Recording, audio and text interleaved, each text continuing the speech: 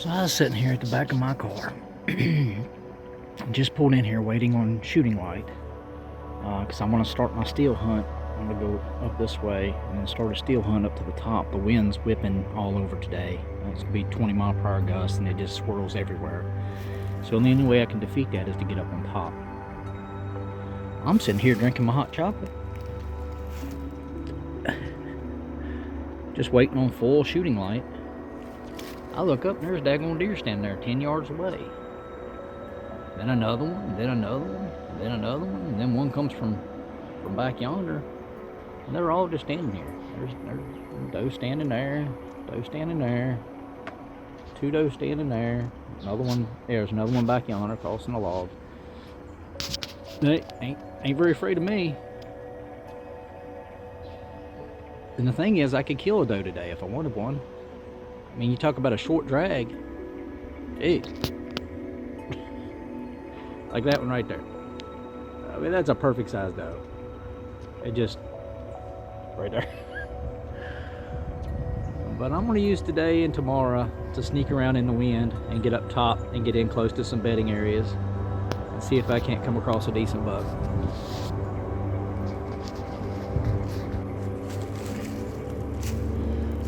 I gotta say, it's kind of weird leaving 5 does within 10 yards of my car to come out here and hunt. But I'm running and gunning today and tomorrow because of wind. This property is terrible for wind. The access that I have is almost always on the west side of the property. The ridge that I hunt is the west side of the ridge. The bowl up in the hollow that I hunt is the northwest corner of the property. And our primary wind comes out of the northwest. So it is what it is. The only way I can escape giving my scent to everything on that ridge above me is to get above them. So that's my game plan today. I'm gonna go all the way up top again and just sneak methodically all the way across the top. Really take my time, even if it takes me all morning to go out this ridge. Just really take my time and look around. So that's kind of the game plan. But I've already seen 5 deer. It's pretty cool. I can this county during this season. I could have killed one of them daggone does, but that'd have been the easiest hunt of my life. But now I'm not gonna do that. I've only got a couple. This is the last week of rifle, and I've only got today, tomorrow, and then I got to work for a couple days, and I got Friday. So I've only got a few days left in my season. So I'm gonna get up here and do the best I can, see what I can come across. I want to show y'all something. Look at how this ridge is tore up. Absolutely tore up. What these marks are where deer are nuzzling the leaves out of the way to get to acorns. Now, there's a lot of acorns all over this property, but it's something about this area because the whole ridge top is just tore up. Even out on the rock outcroppings, they've been all up in it. And you can see there's still acorns mixed up in there. I mean, there's just acorns everywhere, but it's like this all the way down the ridge. And I just jumped a ton of deer out of that right there. Had to be a buck in the mix. There was a lot of deer. That's the biggest group I've seen since, lockdown started. But I'll definitely be plotting this on my Onyx.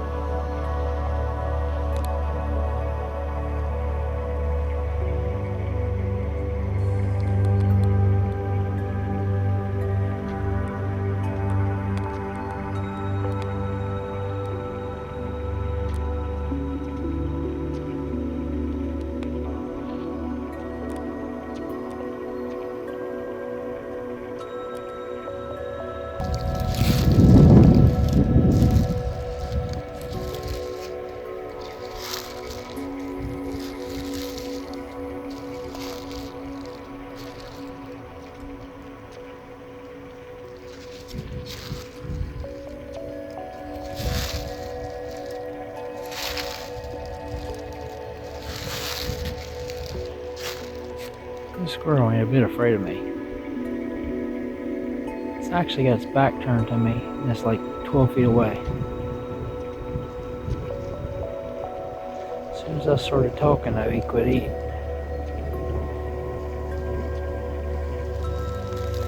I think he realizes now I'm not a deer.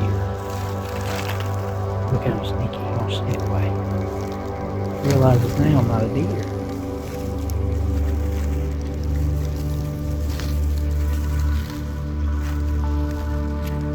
That's where I sit right there at that stump. As soon as I started talking, he was like, man, that is not a deer. Look at the size of these rubs. I mean, those are legit for around here. I'm pretty sure those are Titan size rubs, but you never really know. I've seen small bucks rub big trees, but these things are really going to wear out. Down through the bark. I mean, look at the diameter in that thing. I mean, that's crazy.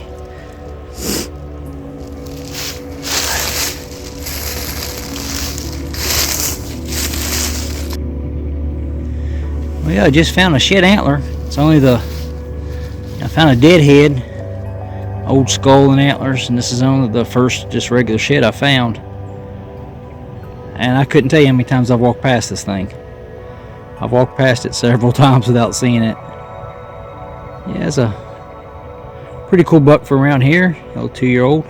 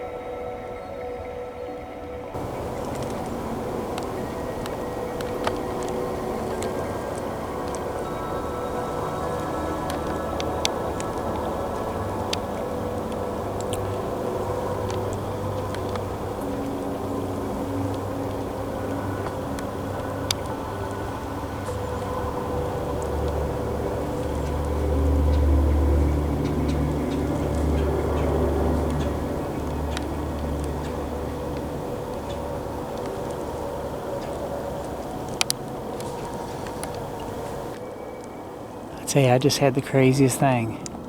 I'm here at one of my camera spots, and Bear done tore down my vines again, so I just fixed those. And then I went up to the camera and I decided to blow a grunt call a couple times.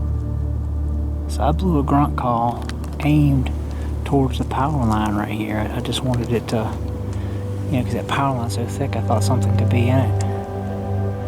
So I blow a grunt call, climb up on a rock to reach the camera and start putting the combination into the lock. And in less than a minute, I hear a deer coming. I get down off the rock, I grab the gun, I get the gun to my shoulder, and there's a pretty good sized 6-pointer coming straight at me, and he's looking hard. How I was able to pull the camera out and actually get video of him while he's staring at me, I have no idea. Even after I got the camera out, he went down into the base of that pine tree.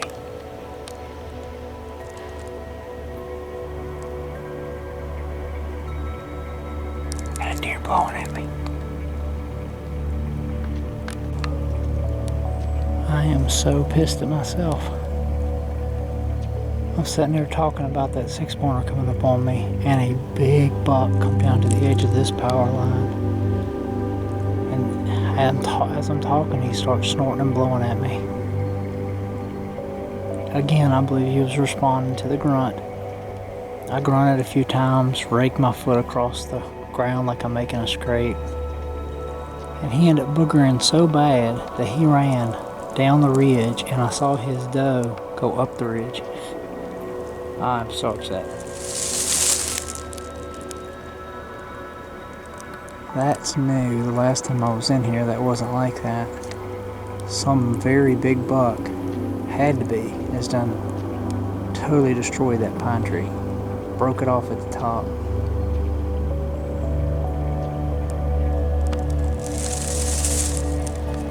I can't believe I did that. I need to shut up and get back to hunting.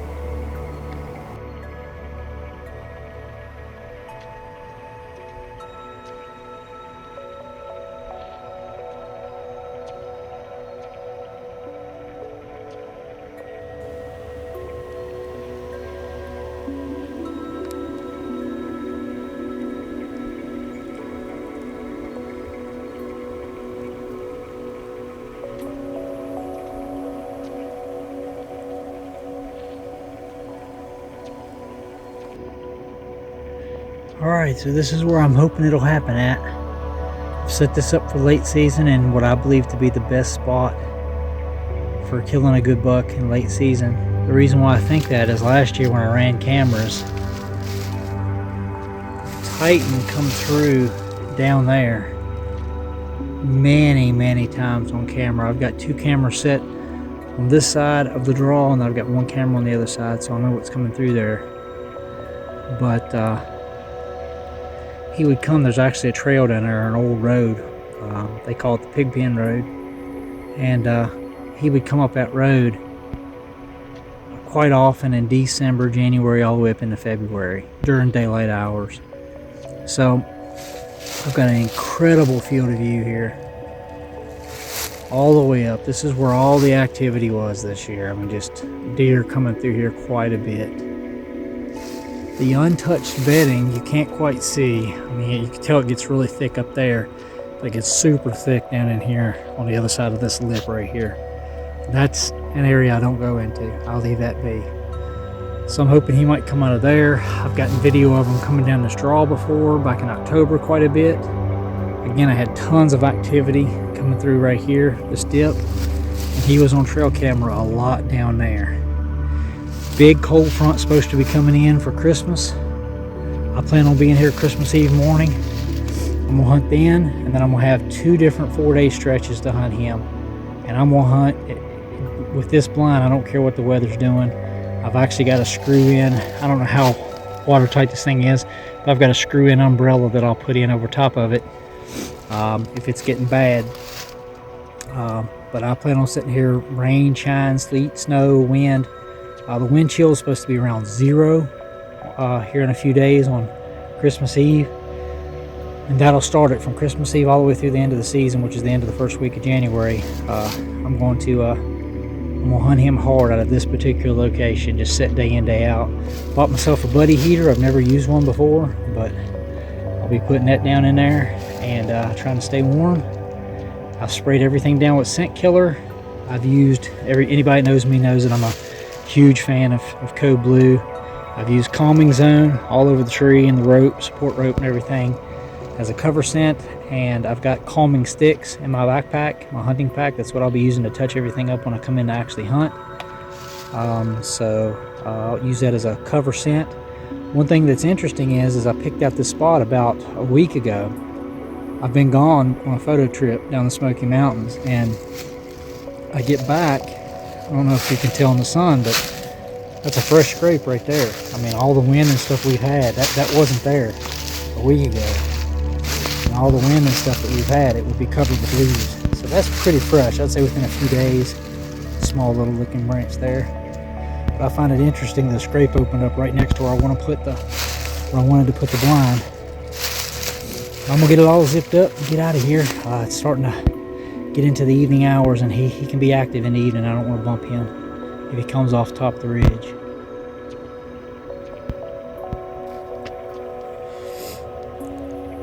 Alright, so I got a trail camera set on that main trail that Titan used just at the top of this where this access comes in. This will be my access to come in to hunt.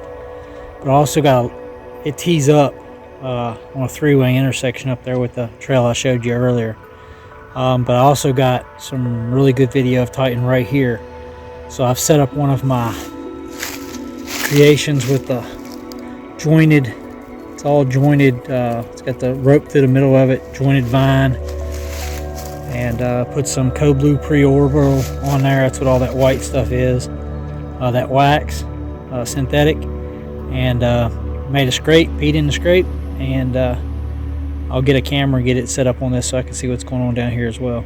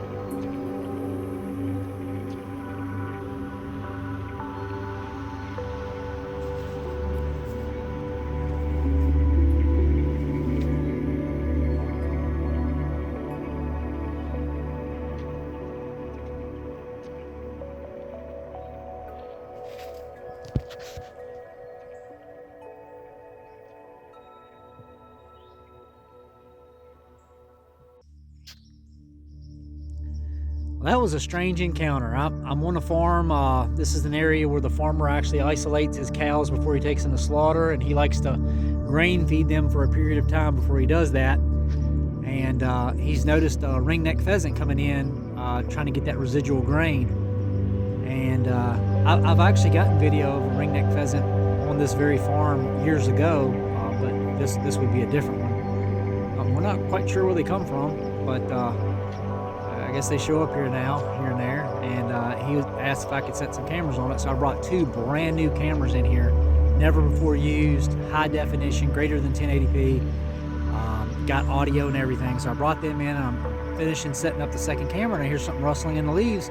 I look over here thinking it's a squirrel, and it's a hawk. I don't know if it was a Sharpshine hawk or Cooper's hawk or what, one of the smaller types of hawks we have here, and it's, you know, just over 10 feet away from where I'm standing right now, and then it flies up into this limb probably less than 8 feet away before finally flying over to that tree, and it set up on the broken limb of that tree over there and watched me finish setting that second camera, and then flew off. That was a really strange encounter.